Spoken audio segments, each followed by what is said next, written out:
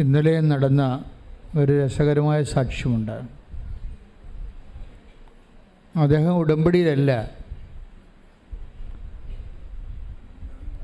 പക്ഷേ നമുക്ക്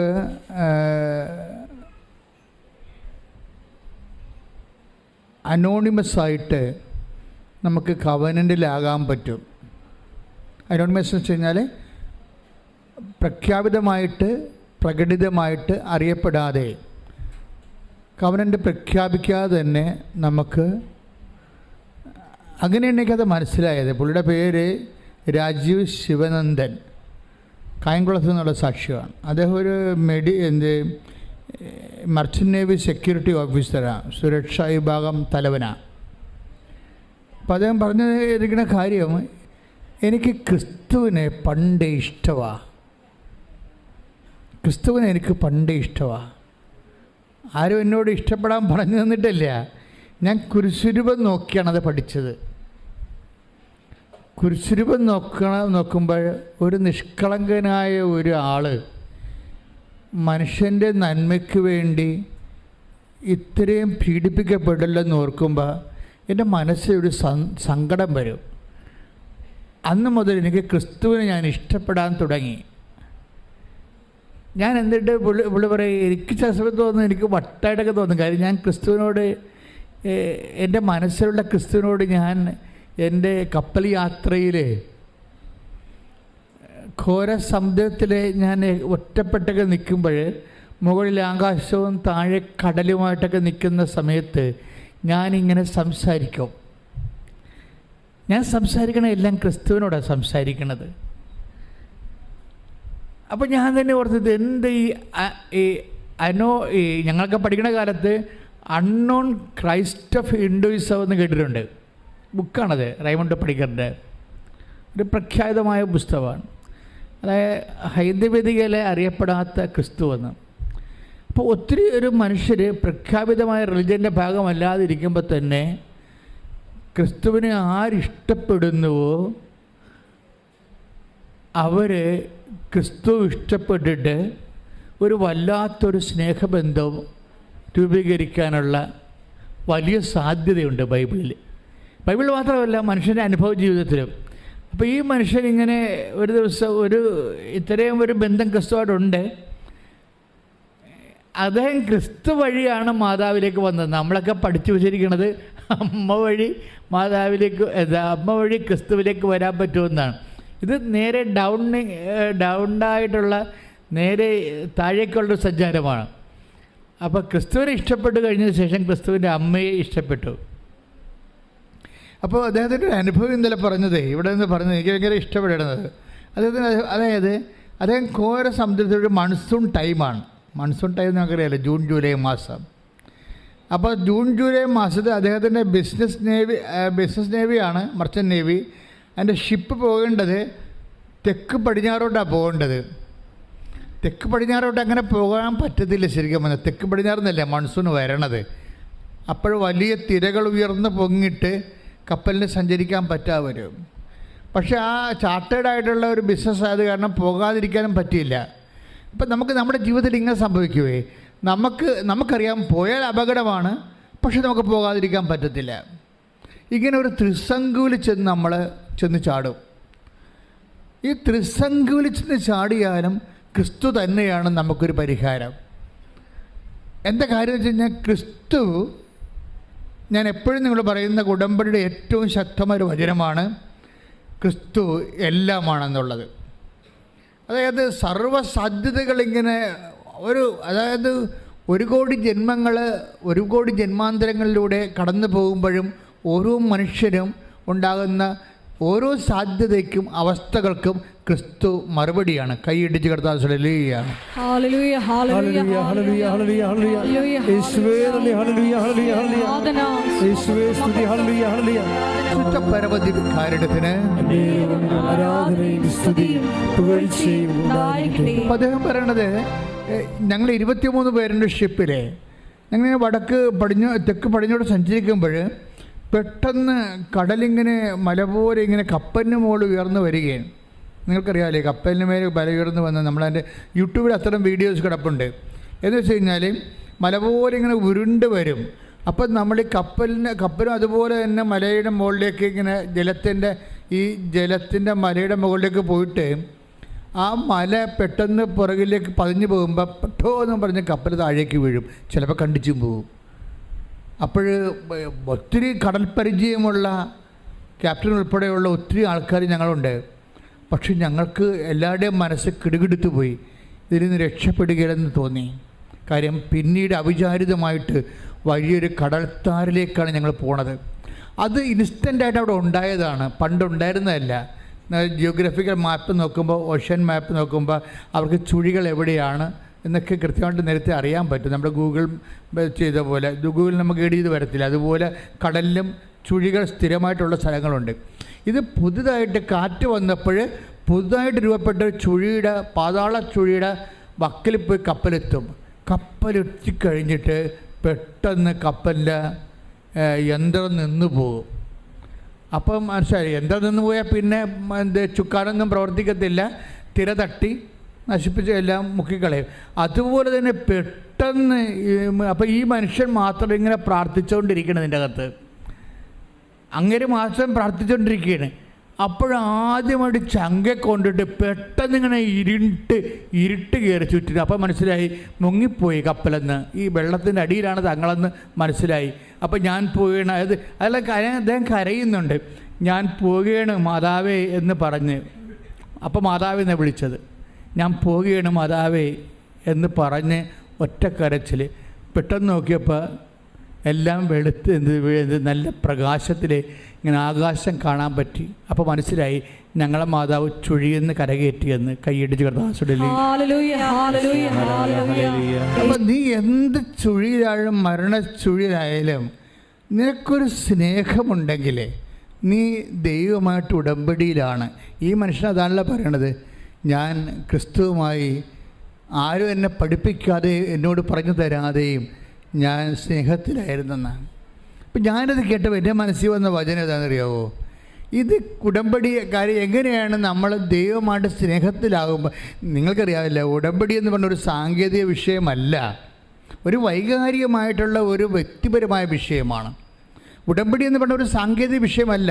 നിങ്ങളിങ്ങനെ കുറേ നിബന്ധനകൾ പറഞ്ഞ് കുറേ നിയോഗങ്ങൾ എഴുതിയിട്ടിട്ട് അപ്പോൾ ദൈവം അതനുസരിച്ച് ഇൻട്രാക്ട് ചെയ്യുന്ന ഒരു സാങ്കേതിക വിഷയമല്ല, മറിച്ചൊരു വൈകാരികവും വ്യക്തിപരമായ വിഷയമാണ്. അതിനകത്ത് വൈകാരികം എന്താണെന്ന് വെച്ച് കഴിഞ്ഞാൽ നീയും നിൻ്റെ ദൈവവും തമ്മിലുള്ള സ്നേഹമാണ്. ഈശോ എന്നാ പറഞ്ഞത്? എന്നെ സ്നേഹിക്കുന്നവൻ എൻ്റെ കൽപ്പന വചനം പാലിക്കും. Take the word of God 14:23 യോഹന്നാന്റെ സുവിശേഷം. ശ്രദ്ധിക്കട്ടെ. ഹല്ലേലൂയ ഹല്ലേലൂയ ഹല്ലേലൂയ ഹല്ലേലൂയ യേശുവേ നന്ദി. ഹല്ലേലൂയ. സ്തുതി. യോഹന്നാൻ 14:23 എന്നെ സ്നേഹിക്കുന്നവൻ എൻ്റെ വചനം പാലിക്കും. ഏറ്റു പറഞ്ഞ്, എന്നെ സ്നേഹിക്കുന്നവൻ എൻ്റെ വചനം പാലിക്കും. അപ്പോൾ എൻ്റെ പിതാവ് അവനെ സ്നേഹിക്കുകയും ഞങ്ങൾ അവന്റെ അടുത്ത് വന്ന് അവനിൽ വാസമുറപ്പിക്കുകയും ചെയ്യും. ഇതാണ് മറ്റെല്ലാ പ്രാർത്ഥനാ രൂപങ്ങളിൽ നിന്ന് ഉടമ്പടിയെ വ്യത്യസ്തമാക്കുന്ന ഉടമ്പടിയുടെ തനത് വാഗ്ദാനം. വേറെ ഒന്നിൻ്റെ അകത്ത് ഈ വാഗ്ദാനമില്ല. എന്താ പറയണത്? യോഹന്നാൻ 14:23 എന്താ പറയണത്? ഏറ്റു പറഞ്ഞ്, എന്നെ സ്നേഹിക്കുന്നവൻ എൻ്റെ വചനം എൻ്റെ കൽപ്പന പാലിക്കും. അപ്പോൾ എൻ്റെ പിതാവ് അവനെ സ്നേഹിക്കുകയും ഞങ്ങൾ വന്ന് അവനിൽ വാസം ഉറപ്പിക്കുകയും ചെയ്യും. പ്രസൻസാണ് അവിടെ പറയണത്. അതാണ് സാന്നിധ്യം എന്ന് പറയണത്. നിങ്ങൾക്ക് ദൈവസ്നേഹം കൂടിക്കഴിഞ്ഞാൽ പിന്നെ അത് ഉടനെ പെട്ടെന്ന് കൺവേർട്ട് ചെയ്ത് അത് സാന്നിധ്യമായി മാറും. ഇതിനാണ് ഈ വാഗ്ദാന പേടകം എന്ന് പറയുന്നത്. ഉടമ്പടിയിലൂടെയാണ് വാഗ്ദാന പേടകം നിലവിൽ വരണത്. അല്ല പെട്ടിടകത്ത് അപ്പവും കുറേ വചനവും ചുമന്നുകൊണ്ട് പോയ വാഗ്ദാന പേടകമാകത്തില്ല.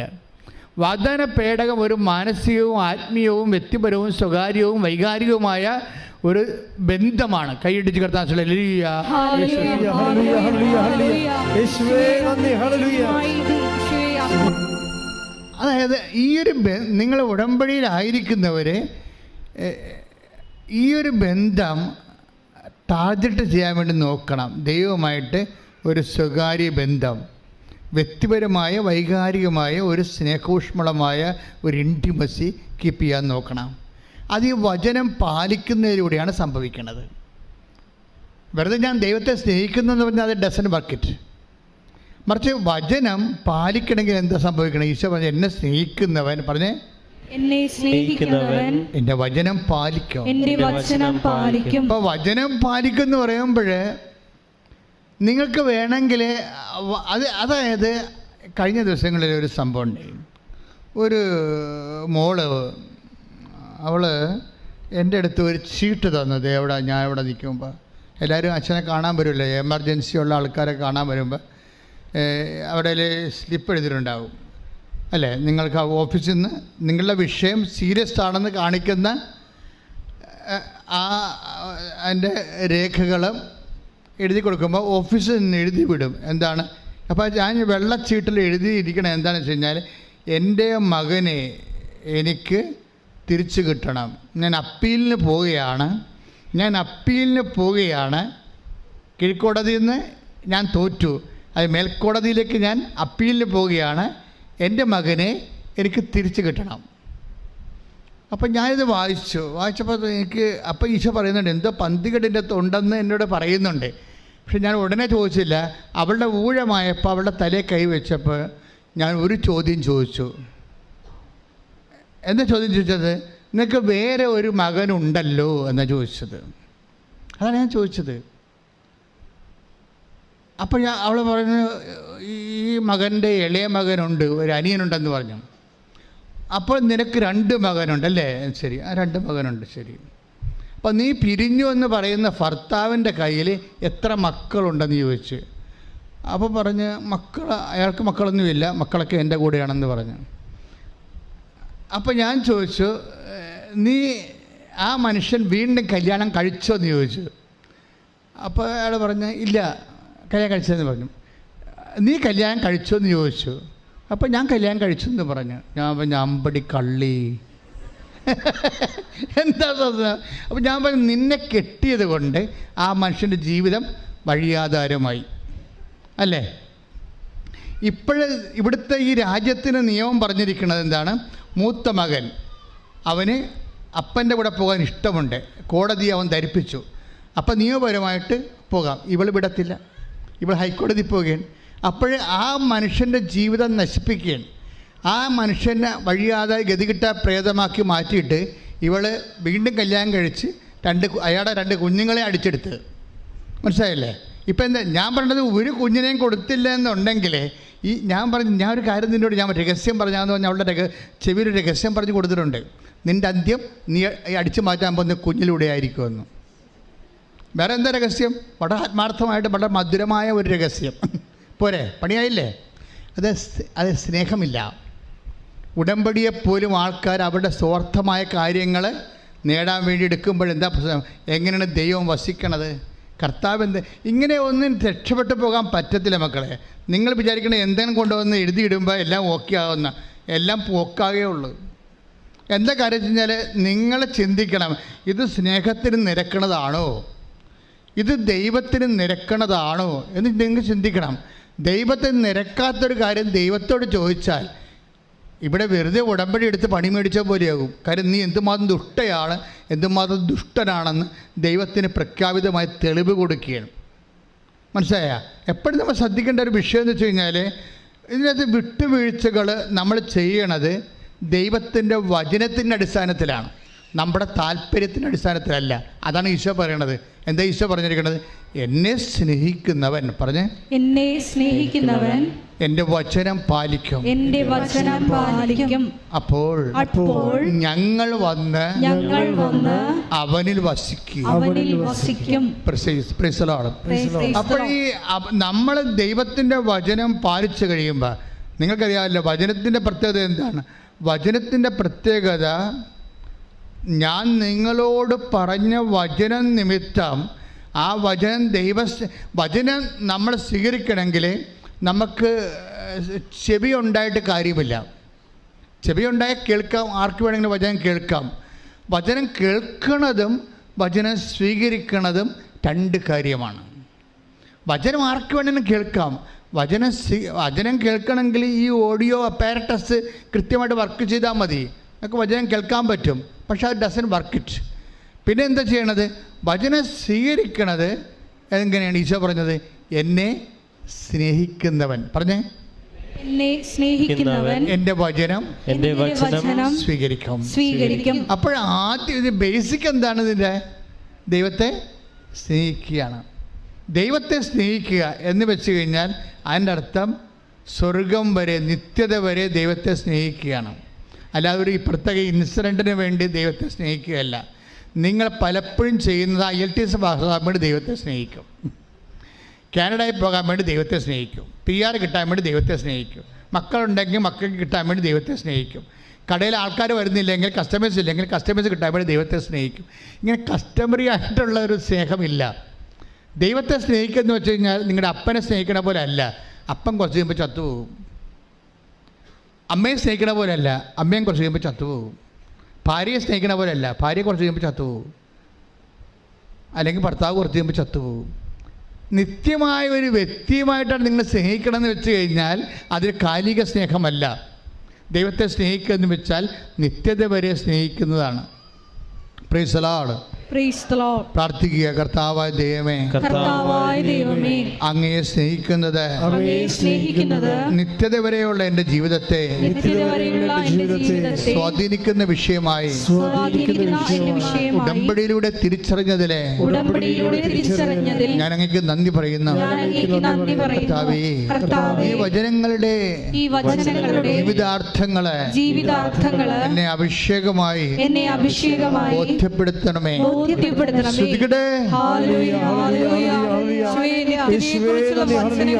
ഞങ്ങളെ പഠിപ്പിക്കുന്നതിന് നന്ദി പറയുന്നു. അത് സ്വീകരിക്കുവാൻ ഞങ്ങളുടെ അന്തരങ്ങളെ ഒരുക്കണമേ. Hallelujah, hallelujah.